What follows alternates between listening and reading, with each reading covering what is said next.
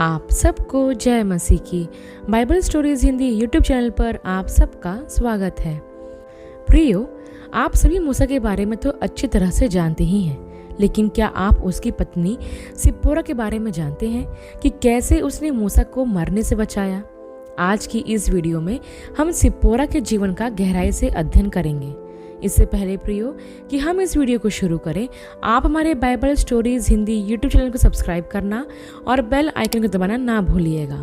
तो आइए प्रियो, हम इस वीडियो को शुरू करते हैं। यह उस समय की बात है जब मिस्र का साम्राज्य हर तरह से समृद्ध हो रहा था और उस समय मूसा मिस्र का उत्तराधिकारी था, क्योंकि मूसा को फिरौन की बहन ने पाल पोसकर बड़ा किया था और उसमें वह सारे गुण थे जिसकी वजह से वह मिस्र का अगला राजा बन सकता था। लेकिन वहां रहते हुए उसने एक यहूदी के लिए अपने मिस्री साथी को मार डाला था। यद्यपि मूसा एक यहूदी परिवार में ही पैदा हुआ था, लेकिन उसका पालन पोषण फिरौन के राजघराने में हुआ था। एक दिन जब उसने एक मिस्री को एक यहूदी के साथ झगड़ा करते हुए देखा, तो उसने अपने यहूदी भाई को बचाने के लिए उस मिस्री को मार डाला और रेत में छुपा दिया और उसके बाद वह भाग गया। वो जंगलों से होता हुआ मिद्यान नामक क्षेत्र में पहुंचा, जहां उसने एक कुएं के पास कुछ युवतियों को पानी भरते हुए देखा, जहां पर कुछ चरवाहे उन युवतियों को सता रहे थे और पानी भरने नहीं दे रहे थे। तब मूसा वहां उनके बीच में जाता है और उन चरवाहों से लड़ता है और उन युवतियों की मदद करता है। और उन युवतियों में सिप्पोरा और उसकी बहनें भी थी। जब वे अपने घर गई तो उन्होंने अपने घर जाकर अपने पिता को जो कुछ भी कुएं के पास हुआ था सब कुछ बता दिया कि कैसे एक युवक ने उनकी सहायता की। तब उन युवतियों के पिता यित्रो ने उनसे कहा कि जाकर उस युवक को यहाँ बुला लाओ। तब मूसा को यित्रो के घर बुलाया गया। यही वह समय था जब सिप्पोरा ने मूसा को करीब से देखा और जाना था। यित्रो ने मूसा को अपने घर में रहने दिया और मूसा यित्रो की भेड़ बकरियां को चराया करता था। मूसा वहां रहकर एक चरवाहे के रूप में काम किया करता था। मिद्यान के जंगल में भेड़ बकरियों को चराते समय उसका सच्चा प्रशिक्षण हुआ, जिसमें उसने धैर्य, विनम्रता और प्रेम को जाना। फिर जब समय आया तो यित्रो ने अपनी बेटी सिप्पोरा का विवाह मूसा से करवा दिया और मूसा और सिप्पोरा पति पत्नी हो गए। अब यहाँ ध्यान दे प्रियो कि सिप्पोरा यहूदी नहीं थी, वह एक मिद्यानी स्त्री थी। वह एक अलग जाति और अलग संस्कृति से आई थी, लेकिन शायद यह परमेश्वर की योजना थी कि मूसा का उससे विवाह होता और वह मूसा के साथ मिस्र में आते। उनका साथ यह दिखाता है कि जब दो लोग मिलकर परमेश्वर की इच्छा में चलना चाहते हैं तो भिन्नता भी आशीर्वाद बन जाती है। विवाह के बाद मूसा और सिप्पोरा को एक पुत्र उत्पन्न हुआ। इसका नाम उसने यह कहकर गेर्शम रखा कि मैं एक परदेसी हूँ। इसके बाद उन्हें एक और पुत्र हुआ, जिसका नाम उन्होंने एलीएजर रखा, जिसका अर्थ होता है परमेश्वर मेरी सहायता है। मूसा के इन दोनों बेटों के नामों में मूसा का जीवन का संघर्ष और उसका विश्वास झलकता है। मूसा यह जानता था कि वह अपने घर से दूर है और एक अलग देश में परदेसी की तरह रह रहा है, लेकिन वह यह भी जानता था कि वह परमेश्वर की निगाहों में है और परमेश्वर उसके साथ साथ है। फिर एक दिन जब वह अपने ससुर की भेड़ बकरियों को चरा रहा था तो जंगल में उसने एक पर्वत पर झाड़ी को जलते हुए देखा जो बुझ नहीं रही थी। मूसा उस जलती हुई झाड़ी के पीछे छिपे हुए कारण को जानने के लिए पहाड़ पर चढ़ जाता है, जहां उसे परमेश्वर का दर्शन होता है और वही परमेश्वर उसे यह बताते हैं कि मूसा वह व्यक्ति है जिसके द्वारा परमेश्वर इजरायलियों को मिस्र की गुलामी से आजाद करना चाहता है। यद्यपि मूसा जाना नहीं चाहता था, क्योंकि उसका दिल घबरा रहा था। उसने परमेश्वर से कहा, मैं कौन हूँ जो फिरौन के पास जाऊं? अगर लोग मेरी बात पर भरोसा नहीं करेंगे तो क्या होगा? परंतु परमेश्वर ने उसे आश्वासन दिया। उसने मूसा को 3 अद्भुत चिन्ह दिखाए, जिसमें पहला लकड़ी का चिन्ह था जो सांप बन गई थी। फिर दूसरा यह है कि उसका एक एक हाथ जो सफेद पड़ गया था वह फिर चंगा हो गया। लेकिन फिर भी मूसा हिचकिचा रहा था। उसने कहा, मैं ठीक से बोल नहीं पाता, मेरी जुबान लड़खड़ाती है। तब परमेश्वर ने बड़ी कोमलता से कहा, तेरा भाई हारून तेरी सहायता करेगा, वह तेरे लिए बोलेगा, मैं तुम्हारे साथ रहूंगा। अब मूसा ने चुपचाप हामी भरी। उसने अपना सामान बांधा और सिप्पोरा और अपने दोनों बेटों को साथ लिया और वो लाठी उठाई जो सांप बन गई थी। यह वही लाठी थी जिससे परमेश्वर आगे चलकर अद्भुत काम करेगा।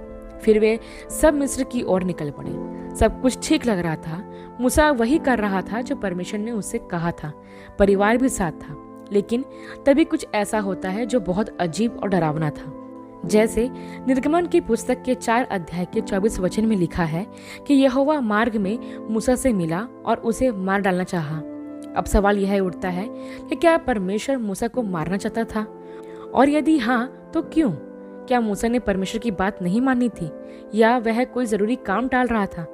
यही वह क्षण था जहां कहानी अचानक पलट गई, और यह हिस्सा पूरे बाइबल में सबसे रहस्यमयी और चौंकाने वाला माना गया है। सदियों से लोग इस घटना को लेकर चकित हैं और सबके अलग अलग तर्क हैं, लेकिन आज तक कोई भी इसमें छिपे रहस्य को जान नहीं पाया है, जिसमें बाइबल हमें ऐसा बताती है कि तब ऐसा हुआ कि मार्ग पर सराय में यहोवा ने मूसा से भेंट करके उसे मार डालना चाहा। तब सिप्पोरा ने एक तेज चकमक पत्थर लेकर अपने बेटे की खलड़ी को काट डाला और मूसा के पांवों पर यह कहकर फेंक दिया, निश्चय तू लहू बहाने वाला मेरा पति है। तब उसने उसको छोड़ दिया और उसी समय खतने के कारण वह बोली, तू लहू बहाने वाला पति है। सिप्पोरा ने मूसा को लहू बहाने वाला पति इसलिए कहा क्योंकि यह खतने की विधि से जुड़ा है। हो सकता है कि मूसा ने खतना न करके परमेश्वर की आज्ञा को पूरा नहीं किया था, जिसे परमेश्वर ने अब्राहम से वादा करके अनिवार्य बनाया था। शायद मूसा ने इस महत्वपूर्ण कार्य को टाल दिया होगा, लेकिन जब परमेश्वर का न्याय सामने आया तब सिप्पोरा ने बिना देर किए वो किया जो उसके पति को जीवन दे गया। उसने अपने बेटे का खतना किया और उस निशानी को लेकर मूसा के चरणों में डाल दिया, यह जताने के लिए कि वह अब परमेश्वर की वाचा में है। यह सिर्फ एक स्त्री का साहस नहीं था, यह एक परिवार को परमेश्वर की योजना में वापस लाने का पल था। उस दिन सिप्पोरा ने अपने पति की जान बचाई और परमेश्वर के मार्ग को फिर से सीधा कर दिया। प्रियो, अब हम इस अनोखी और रहस्यमय घटना को धीरे धीरे समझते हैं। बाइबल बताती है कि रास्ते में जब मूसा अपने परिवार के साथ कहीं रुककर आराम कर रहा था, उसी समय अचानक परमेश्वर वहां प्रकट हुए और मूसा से मिले और उसे मार डालना चाहा। अब यह पढ़कर हर कोई चौंक जाता है कि क्या परमेश्वर मूसा को सच में मारना चाहते थे, जिसे उन्होंने खुद बुलाया था? क्योंकि मूसा को एक महान उद्देश्य के लिए चुना गया था, लेकिन कुछ ऐसा था जो उसने अब तक नहीं किया था। उसने एक छोटी लेकिन बेहद महत्वपूर्ण आज्ञा को नजरअंदाज कर दिया था। लेकिन बाइबल हमें ऐसा बताती है कि तभी सिप्पोरा मूसा की पत्नी ने बिना देर किए चुपचाप एक नुकीला पत्थर उठाया और अपने बेटे का खतना कर दिया। अर्थात उसने वह धार्मिक रीति जिसे परमेश्वर ने अब्राहम के समय से अपने लोगों के लिए तय किया था, उसे पूरा किया। यह कोई मामूली रिवाज नहीं था, यह एक पवित्र पहचान थी जिससे हर परिवार परमेश्वर के वाचा में शामिल होता था। लेकिन शायद मूसा ने इसमें देरी कर दी थी, या शायद सिप्पोरा को यह रिवाज समझ नहीं आया होगा। लेकिन अब और देर नहीं हो सकती थी। सिप्पोरा ने वह किया जो उस समय जरूरी था। उसने अपने पति की जान बचाई और फिर कहती है, तू मेरे लिए लहू बहाने वाला पति है। शायद यह शब्द उसने क्रोध में कहे थे, या शायद बहुत पीड़ा में, लेकिन उन शब्दों के पीछे एक गहरा अर्थ था। उस रात लहू के जरिए जीवन वापस मिला। उस रात एक पत्नी ने साहस और विश्वास से अपने पूरे परिवार को बचा लिया था।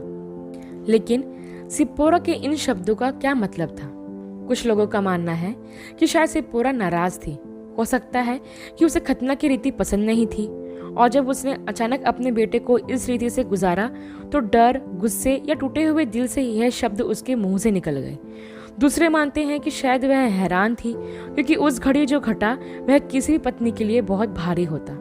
शायद वह यह कह रही थी, आज तुझ में और मुझ में जो संबंध है वह केवल विवाह का नहीं, यह लहू का संबंध है, परमेश्वर की आज्ञा के अधीन होकर। शायद उस पल सिप्पोरा ने मूसा को फिर से परमेश्वर को सौंप दिया, जैसे वह कह रही हो, अब तू सिर्फ मेरा पति नहीं बल्कि परमेश्वर की वाचा का पुरुष है।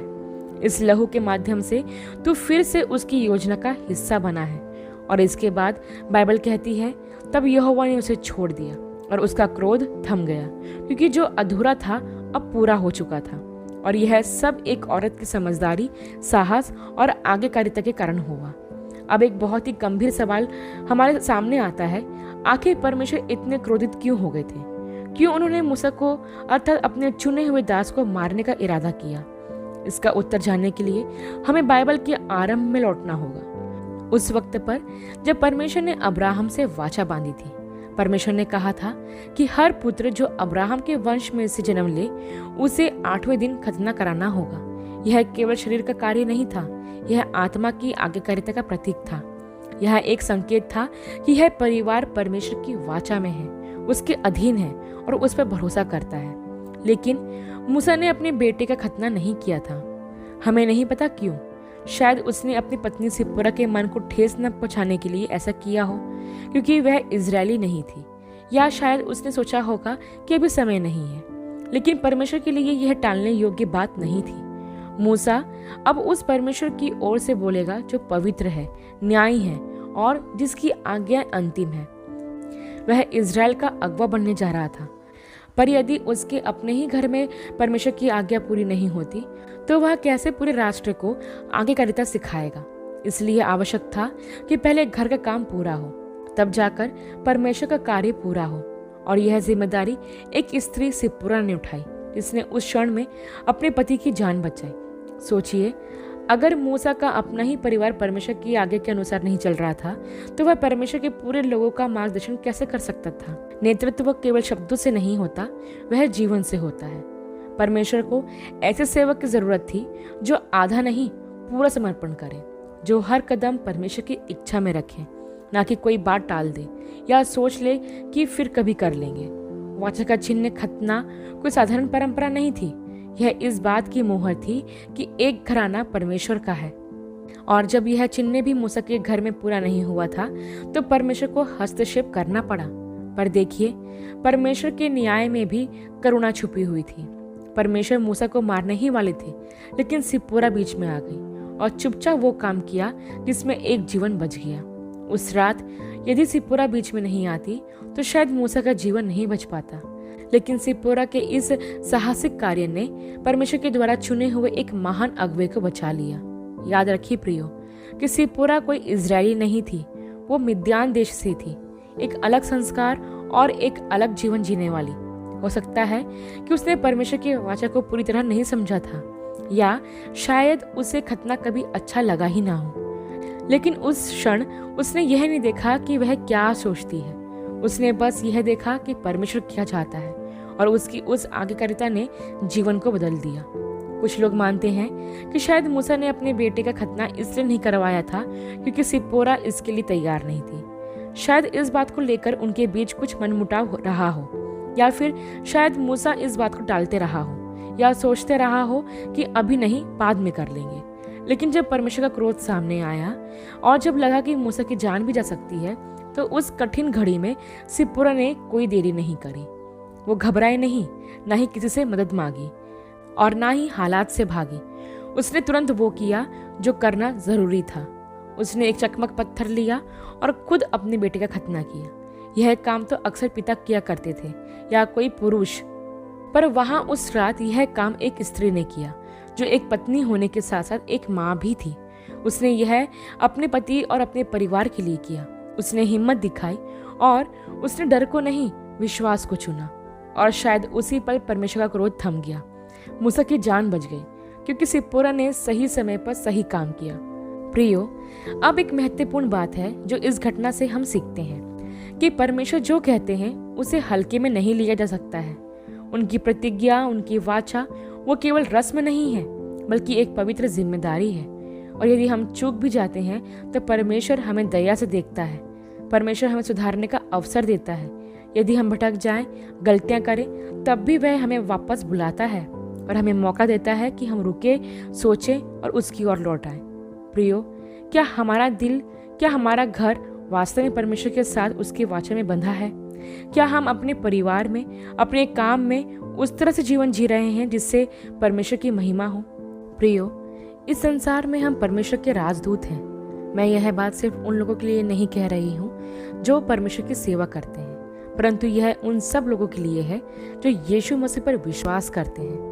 हम सबको यह बात हमेशा ध्यान रखना चाहिए कि यदि हम परमेश्वर की आज्ञा को, उसके कहे हुए हर एक वचन को अपने जीवन में पूरा करते हैं और आज्ञाकारिता में चलते हैं, तो इससे यह प्रकट होता है कि हम परमेश्वर से प्रेम करते हैं और उस पर विश्वास करते हैं। यदि आप एक सेवक हैं तो आपको अपने जीवन से लोगों को यह दिखाना है कि आप हर कीमत पर परमेश्वर की आज्ञा को महत्व देते हैं और उसके वचन का पालन करने के लिए हमेशा तैयार भी रहते हैं।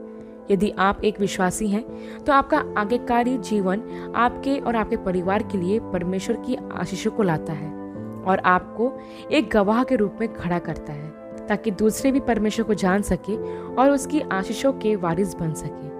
आशा करती हूँ प्रियो कि आज की यह वीडियो आपके लिए प्रेरणादायक रही होगी। अगले वीडियो में एक नए विषय के साथ आप सबसे फिर मुलाकात होगी। तब तक के लिए आप सबको जय मसीह।